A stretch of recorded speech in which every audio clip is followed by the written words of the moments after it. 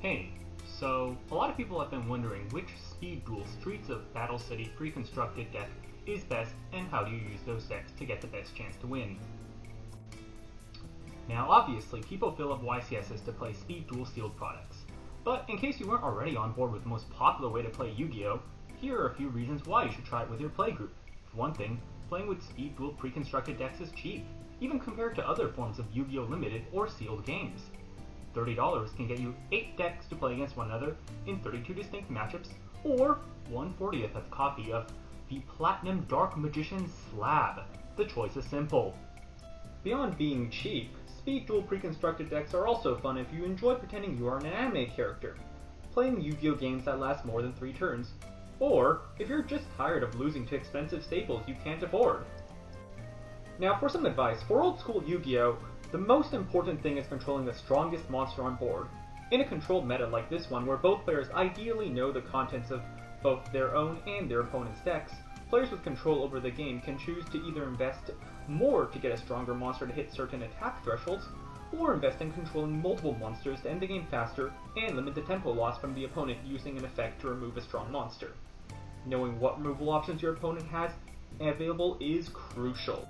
For speed duel specifically, for those who don't know, skill cards are cards that grant various effects which are stored outside your main and extra deck. Before the match starts, you must select a skill and place it face down with the character art and activation requirements visible.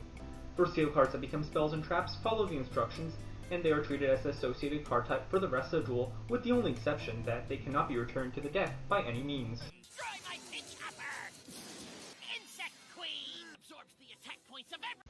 Now, you may be surprised, but there may be some balance issues in these 8 decks.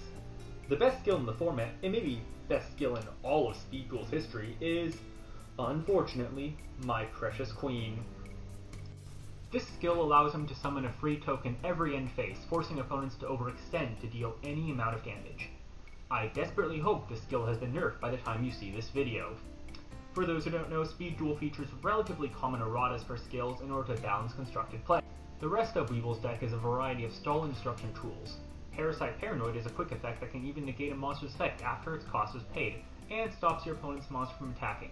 Weevil can sometimes guarantee a win by sticking DNA Surgery and Insect Barrier after the opponent has used up their removal options. Weevil is solely reliant on Widespread Ruin to deal with very high attack monsters. The magic number is 2,800 attack, which is the highest attack Insect Queen with 3 insects on field or Metal Armored Bug. While normally losing to a 2,800 plus attack monster is a pretty unlikely lose condition, Weevil's slow and passive gameplay does give the opponent many chances to summon powerful monsters. While it's uncommon given his suite of searchers and enablers like Resonance Insect and Pinch Hopper, Weevil can sometimes lose by not seeing his high level monsters. It's unlikely an opponent could outpace his token generation with attacks, but technically possible. Weevil also has to play very carefully on summoning insect tokens against opponents with access to piercing damage. If you play Weevil, watch out for Mako's Piercing Moray or Flyfang, and Rare Hunter's Air Knight Parshaft.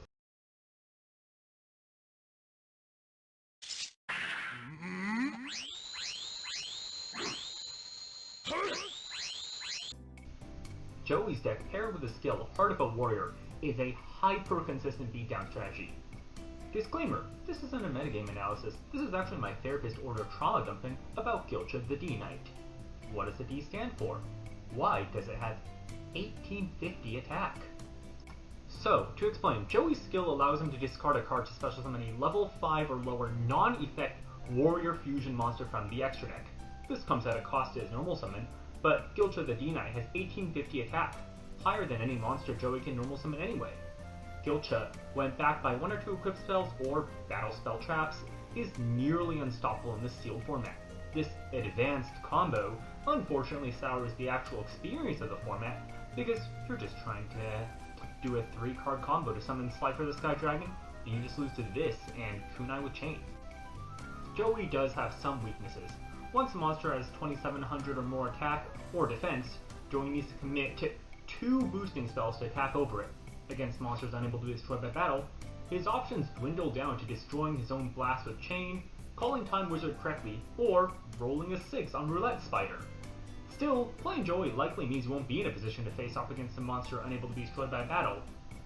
Still, super consistent access to huge attack values is quite strong in this format.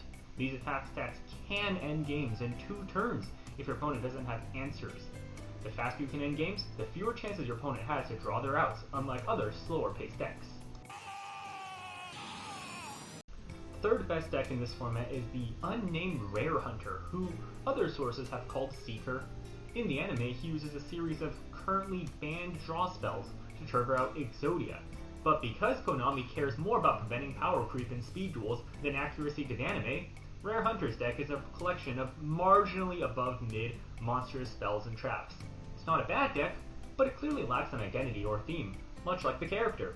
Solid A tier pick. Both of Rare Hunter's skills are relatively viable, but I'll explain how Collector works because trading away 2 cards that aren't useful in the moment for almost any card in the deck is really good. Notably, cards like Pineapple Blast and Rise Black Dragon are terrible, so they're great targets to pitch for Collector, and lend the deck a form of skill expression even. Your basic level 1 play is to pitch a monster and a trap to search Ledger of Legerdemain, to set up the 3-card infusion in 3 turns. This is especially strong since you can plan your turns later based on what cards you see you banished. As a meta strategy, in this pre-constructed deck format, you can instantly know what deck your opponent is on and pick a card to beat that strategy.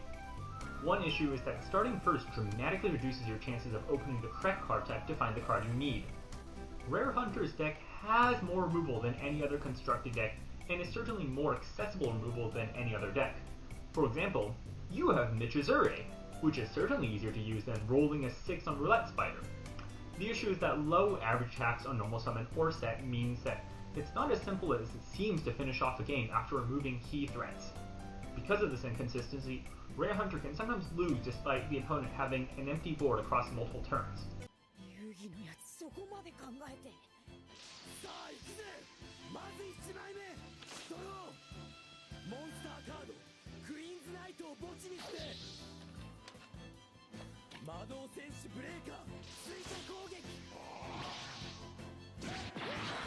Yuki's 4th pre-constructed deck from the Speed Duel Battle box, based off of the Battle City arc, and his 6th overall Speed Duel pre-constructed deck is probably his best deck yet. His new skill, Ultimate Wizardry, is unbelievable.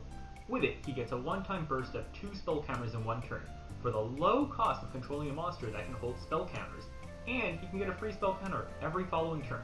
Nothing feels quite as good as normal summoning Breaker the Magical Warrior to destroy 3 spells and traps in 1 turn. Skilled Black Magician and Skilled White Magician are decent beaters who put your opponent on timer to destroy them, lest they summon Dark Magician or Buster Blader respectively. Yugi's other win conditions are Solitary Sword of Poison and hard drawing the materials to fusion summon Dark Paladin. Last Magician is also an important card that Yugi needs to hold on to because of its devastating effect and also its frailty. Finally, one combo he needs to keep in mind is using Pitch Black Power Stone with Miracle Restoring.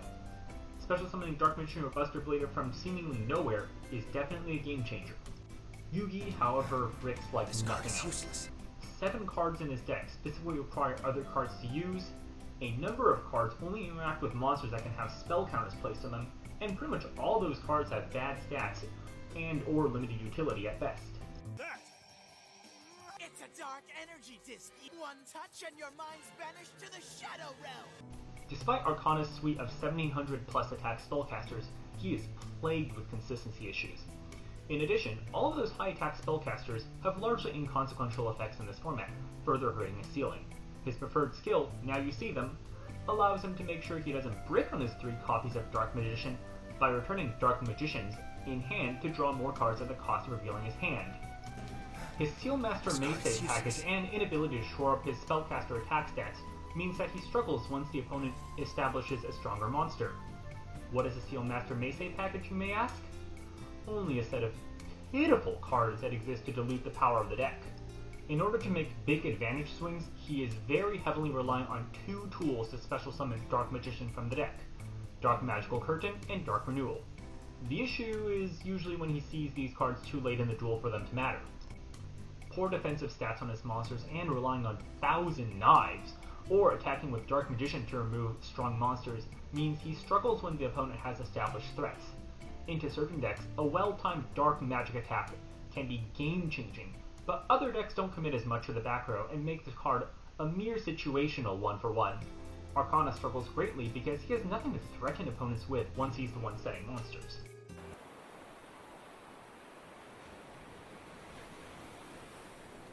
Mako Tsunami's deck is probably the last deck that can take matches by surprise on a good day with only moderate luck involved.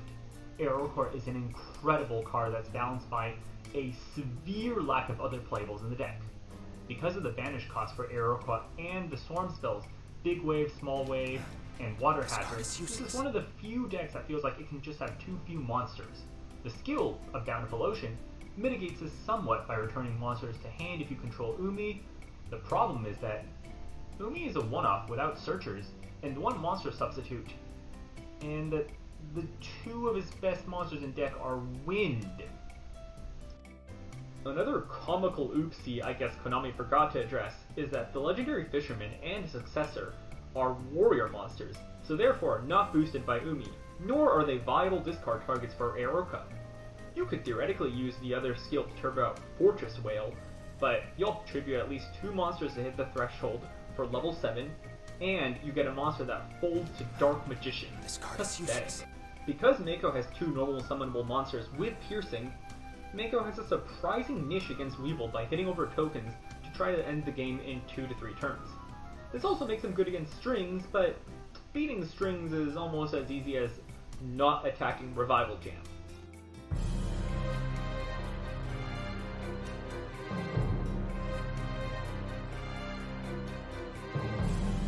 Speaking of Strings' skill, Slimy Slimes, reads like one of the most powerful skills imaginable, and it kind of is.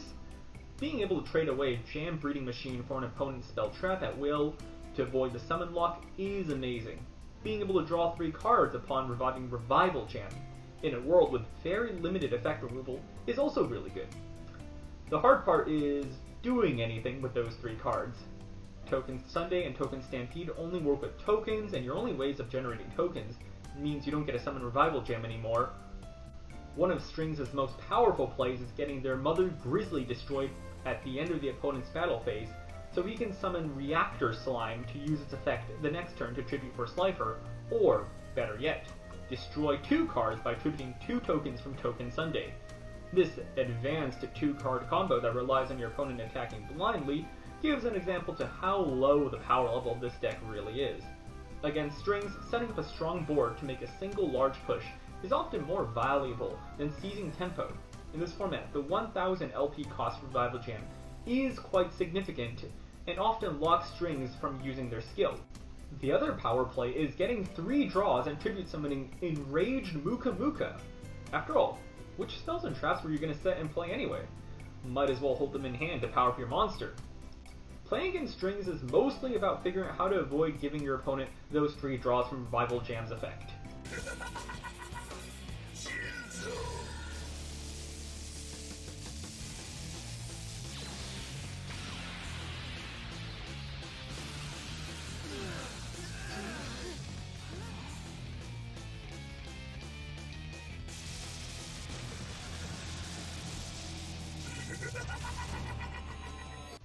Esparoba might be the single worst pre-constructed deck built by Konami.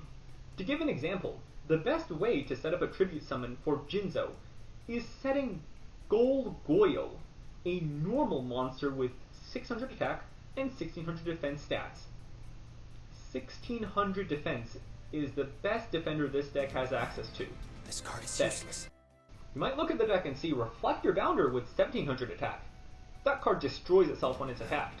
Destructotron also destroys itself at the end phase if you don't control another psychic monster. And the only other psychic monster is Dr. Frankenderp. 300 attack, 300 defense, and requires a normal summon to activate an effect that barely goes plus. Awful. Esparoba has a rather pitiful line of utility cards as well. Draining Shield, Gift of the Martyr, Psychic Shockwave are all comically below average cards.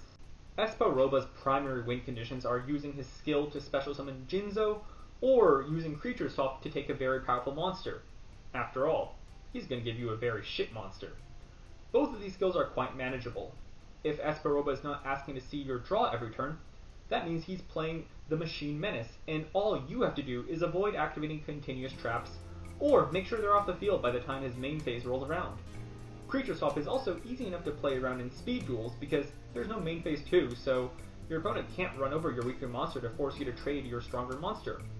While it might seem strong to use Jinzo Returner to summon Jinzo to tribute 4 Jinzo Lord, playing Jinzo Lord also turns off Cyber Energy Shock and Cosmos Channeling. Pitiful. And with this guide, you too can enjoy playing this beautiful format that everyone else is surely playing, right?